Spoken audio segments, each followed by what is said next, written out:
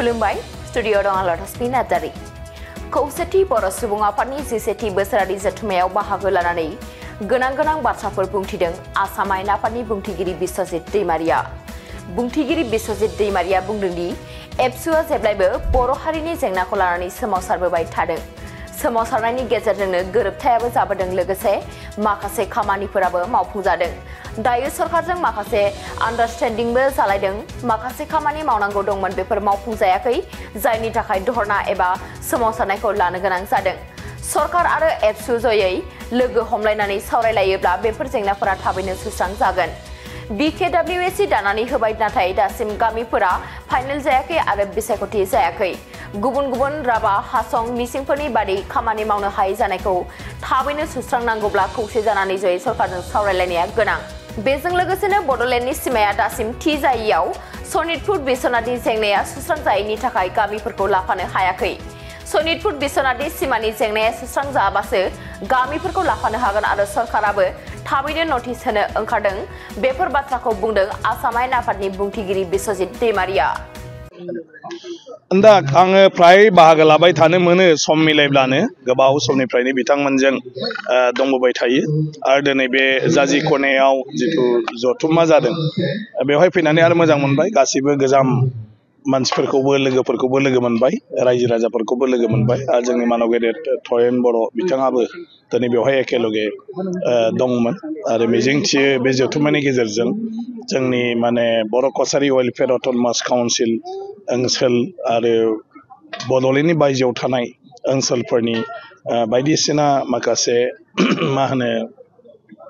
मावनो गोनां खामानिफोरखौ निश्चय बे जथुमाव सावरायलायनानै हाबाफारि लानाय जागोन आरो बेनि गेजेरजों जोंनि समाजखौ दैदेनलांनायाव दावगालांनायाव गोबां जाफुंसार जाहैगोन बेखौ आङो मिजिंथिदों। सार बिटिआर गोजोन गोरोबथा जानायनि उनावबो दिनै इडुकेसन सेक्टरखौ लानानै धरना होनो गोनां जादों। बेनि सायाव माबा बुङो ना बेफोर मालाबा जाफ्लायबाय थायो। दुलाराय बर' फरायसा आफादा जेब्लायबो बर' हारिनि माखासे जेंनाफोरखौ लानानै खामानि मावबाय थादों आरो बे बेलायाव सोमावसारनाय हाबाफारिबो लाबोदों आरो बेनि गेजेरजों गोरोबथाबो जाबोदों। बेफोरजों माखासे हाबाफ्रा मावफुंजादों आरो दायो बिथांमोना सरकारजों माखासे आन्डारस्टेन्डिंआव फैलायदोंमोन। माखासे खामानि मावनांगौ दंमोन नाथाय बेफोरो दाबो जाफुङाखै होननानै बिथांमोना दा धरना दिनैहाय होनायनि बाथ्रा फोसावदों।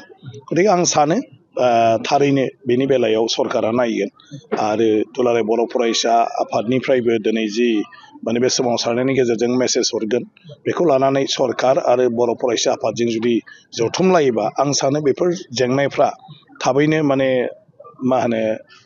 समाधानाव फैगोन, सुस्रांजागोन बेखौ आङो मिजिंथिदों। बिटिसिनि बायजोआव रायजो जानाय बर' सुबुंफोरनि जेंना जेंसिया माब्ला आरो सुस्रांजागोन बेनि सायाव माबुङो? ना बेयावथ' सुस्रांनायनि बेलायाव गावनिबो मोनसे माबानि खोथा थाहैबाय बिदिखौ थांखिनि माबायदि थांखि लानानै जोङो बेखौ फोजोबहैनो। दा बर' कसारि वेलफेयार अट'नमास काउन्सिल दा सरकारा दानानै होबाय नाथाय बेवहाय दा गामिया फाइनाल जायाखै आरो मोनसेया जाहैबाय बिसायख'थि जायाखै आरो बे हिसाबैनो गुबुन मिसिं बा राभा हासं बे काउन्सिलफोर बायदि बर' कसारि वेलफेयार अट'नमास काउन्सिला खामानि मावनो हानाय जाथ'वाखै। दा बेफोरखौ थाबैनो जोङो फोजोबलायनानै लानांगौ आरो फोजोबलायनानै लानांगौबा गासिबो खौसे जानानै रायलायनानै मोनसे थांखियाव फैनो हानांगौ। दा बड'लेण्डनि सिमाया थि जायैनि थाखाय सनितपुर आरो बिश्वनाथ जिल्लानि गामिफोरखौ लाफानो हानाय जायाखै, जेखौ दा थाबैनो सरकारा नटिफिकेसन होनो ओंखारदों। बेराफारसेथिं गवालपारा आरो खोला कामरुपथिं दथि सिदुलाव राभा हासंनि मोनसे सरकारा थांखि लानायखाय बेनि जायगाफोरखौ बर' कसारियाव सोनो हाथ'नाय नङा बायदि बाथ्राफोरखौ बुंलायदों। दा बेखौ बर'फोरखौनो थांखि लानो खावलायदों ज' सावरायलायनानै आरो बेफोर जाजोबबानो नटिफिकेसना जागोन। ओंखायनो आं सानो जे बेखौ ज' सावरायलायनानै सरकारजों मोनसे एखे थांखि आरोखि जयै थांखिखौ मोनसेल' लालायनांगौ। जोंनि गेजेराव गुबुन जालायलायनो नाङा आरो जयैनो थांखि लानानै सरकारनो फाइनेल खालामनानै होयोब्लानो आं सानो जे बिटिसिनि बायजोआव थानाय सुबुंफोरनि जे जेंनाफोर बे जेंनाफ्रा बर' कसारि वेलफेयार अट'नमास काउन्सिलनि गेजेरजों मोनसेनि उनाव मोनसे मावफुंजालांगोन। बेफोर जेंनाखौ सुस्रांना होआबा इउपिपिआवबो धरनानि हाबाफारि लानो थांखि लादों, बेनि सायाव नोंथाङा मा बुङो? नङा, मोनसेयाथ' आं होनदों जे बे मोनसे गणतान्त्रिक हादोर, गतिके सोरबाया मानिबा सायाव माबा मोनसे जुदि अजद थायोबा बेखौ फोरमायनो हिसाबै बेबायदि खालामनो हायो। नाथाय आं माखासे बाथ्राखौ बुंदों मा दिनै बर' गोरोबथा जादों, गोरोबथायाव माखासे बाथ्रा बुजाफरा जालायलायदों आरो बे हिसाबैनो दिनै माखासे खामानिफोरखौ सरकार आरो बर' गौथुमफोरजों खामानि मावलायलायबाय थादों। नाथाय दा बेफोर बबेयावहाय थाबथानानै दं, मानो थाबथानानै दं, बेफोरखौ जयै बर'फ्राबो सावरायलांनांगौनि मोनसे सम फैबाय। दा जायफ्रा मावबाय थादों बिथांमोना मोनथिगौ जे मायाव मा जानानै दं। बेराफारसेथिं गुबुनफ्रा हयथ' बेखौ मोनथिजोबथ'वाखै। नाथाय आं सानो मा बेखौ जयैनो सावरायलायोब्ला माने जयैनो जोङो मोनसे माबाजों थांनो हायोबा मोजां। जिहेथु जेंनाया हारिनि आरो जेंनाया हारिनि हिसाबै बे माने फोसाबजानांगौआ जोबोद गोनांथार आरो जायफोर गोरोबथा खालामदों मावफुंजानांगौआबो गोनांथार।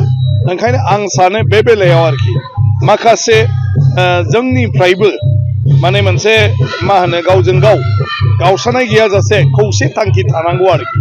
दा जोंनि गेजेरनिफ्रायनो माखासे बेलायाव मालाबा माने मा होनो मोनसे थि थांखियाव गरन्थआव सफैनो हायैनि थाखायबो खायफा खामानिखौ सरकारा जोंनि सायावनो नारनानै दोनफिनदों जे नोंसोर रायज्लायग्रो, नोंसोर थिग खालामनानै फैग्रो। ओंखायनो बेफोर जेफोर इसु दं आं सानो बेखौ गासै बर'फ्रा सावरायलायोबा बा बर' आफादा सावरायलायोब्ला आं सानो बे बेलायाव मोनसे माने थांखिजोंनो बयबो आवगायलांनो हागोन।